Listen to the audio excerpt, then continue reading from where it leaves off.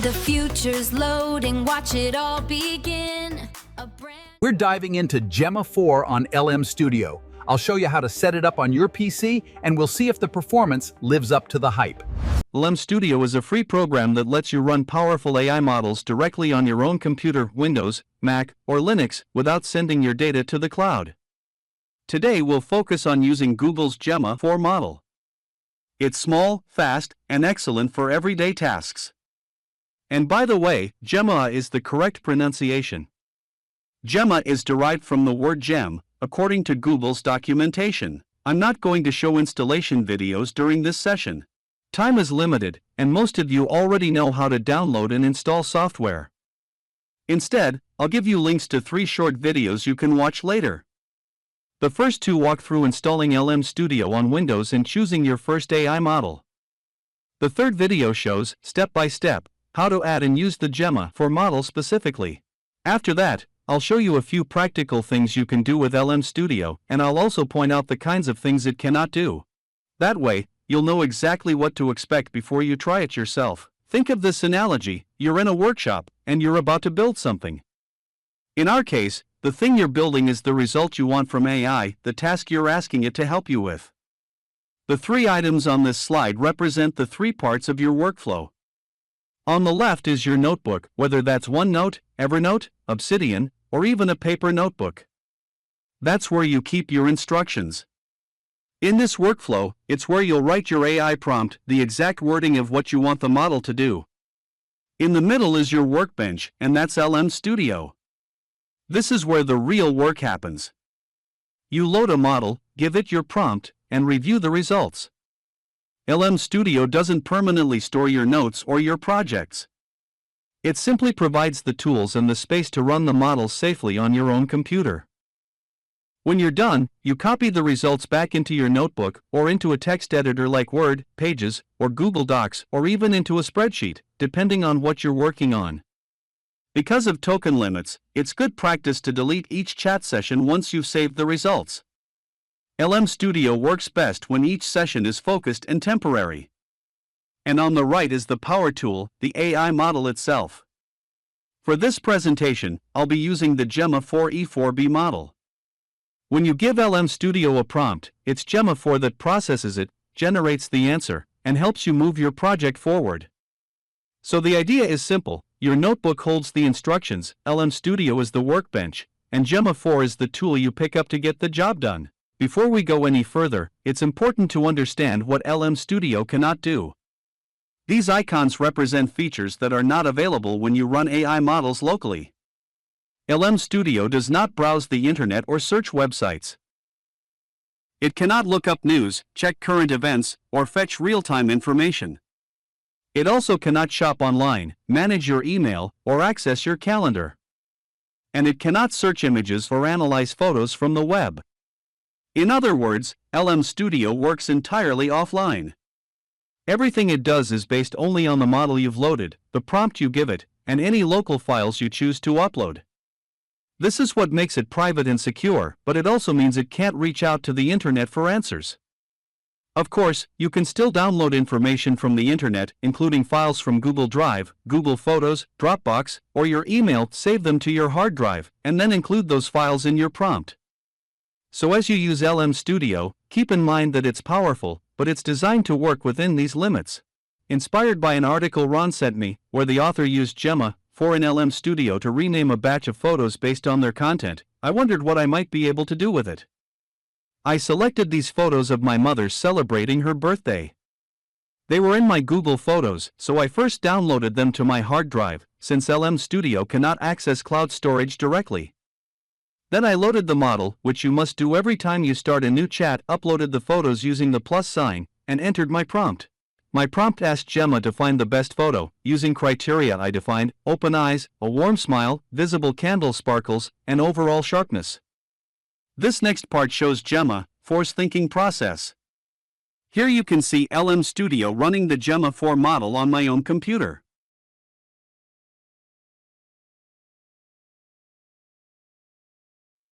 The model is checking whether the subject's eyes are open, whether they're smiling, whether the candle sparkles are visible, and how sharp each image is. It produces a useful, structured answer all on your own machine. Nothing goes to the internet. This is the result of the first iteration. I then had a conversation with the model, questioning the time sequence and several details, and asking for refinements based on other criteria I thought might be important. The first answer wasn't fully convincing, so I guided it until it reached a final conclusion. Here is the final conclusion. I also asked the model to determine the chronology of the 3 photos. Since it can't read metadata, it had no clues about when the images were taken, and in this case, they were all captured within less than a second of each other. So it had to infer the sequence entirely from what it could see. When I asked it to look closely at the top of the candle, it reached the correct conclusion. In the first photo, the candle is pristine.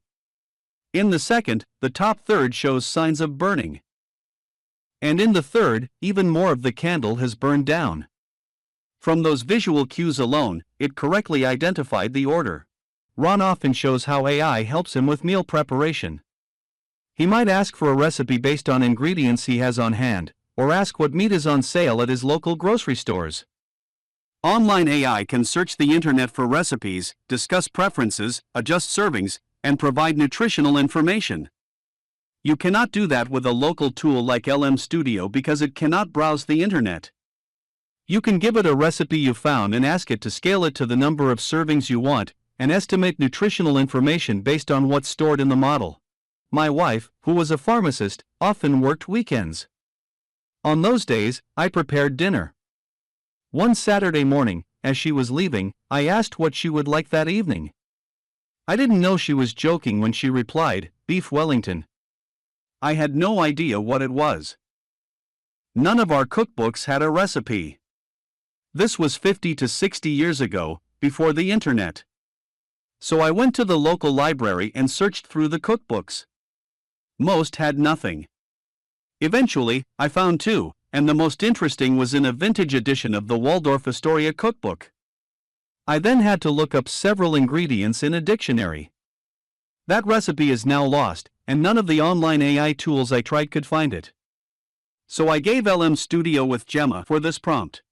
It didn't get it right the first time. For example, it initially called for pre-packaged puff pastry. I told it the pastry had to be homemade. Then it suggested using water, so I reinforced that milk was required. After 3 refinements, it produced a recipe that closely matched what I remembered. It even added a few pro tips I didn't request, such as wine pairings. This is the page from the Household Examination Book, page 144.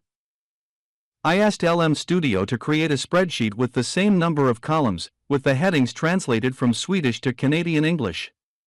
Many of the top entries are subdivided, so the total number of columns had to reflect that. This was completed accurately with ChatGPT about 3 years ago. Why it failed here: 1. It wasn't actually reading the headers, it was guessing based on its training data. 2. Even if it could read the subheadings, it doesn't have real translation capability like Google Translate. 3. If I provided an image of 1800 Swedish handwriting, it couldn't transcribe it accurately the way Transcribus can. 4. The complexity of the spreadsheet was beyond its capability without access to reference material. All 4 points were confirmed by Gemma. GEDCOM files are used to transfer genealogical data between programs and websites. I asked Gemma if it could analyze a GEDCOM file and produce a spreadsheet listing all deceased individuals, with their dates and places of birth. It assured me that it could. I asked it to go ahead and create a text file in CSV format, using the bar symbol as the delimiter.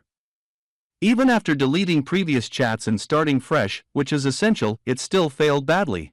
So, I've shown you what LM Studio cannot do, and where it struggles with tasks that online AI handles easily. But it can do some things well, especially with photographs, and with creating a recipe without internet access. Where it really shines is in reviewing and creating written documents. I gave it this prompt. I then made up a brief story about unicorns. After all my frustrating failures, I was delighted with the result. Although I didn't ask for it, I liked the opening. This is just the first part. but you can see that it captured my request to use language appropriate for advanced English students. This is the beginning of the longer story it created. It captured the tone and style I was aiming for. It's not a style I would normally choose, but for testing purposes, it did a great job. Notice the advanced vocabulary, many words I don't use in everyday writing. Here are the first 2 lines of the poem it composed. It has a nice rhythm and rhymes well. There are several more verses, ending with this passage. Thus, heedless of the mighty tide, where safety's passing boat did ride, the unicorn, with head bowed low, was left to watch the waters flow. A lovely myth, forever sweet, of flawless beauty, incomplete, a whispered verse, a gentle sigh, beneath a vast and weeping sky. Summarizing my experience, composing and reviewing written documents excellent. Analyzing photos okay. Recipes not bad, though online tools are better. Creating complex spreadsheets, forget it. 20. Where might you use it? Writing and reviewing documents, especially sensitive ones. Photographs, if they're private and you don't want them in the cloud. Creating spreadsheets, find another method. Best usage, sensitive personal and confidential documents and forms. Examples include passwords, financial and health information, and confidential details about living family or friends. And on my Windows PC, it is generally slower than most cloud-based AI applications. Remember, there are many other models suited for different applications. Have a great day, and thanks for watching.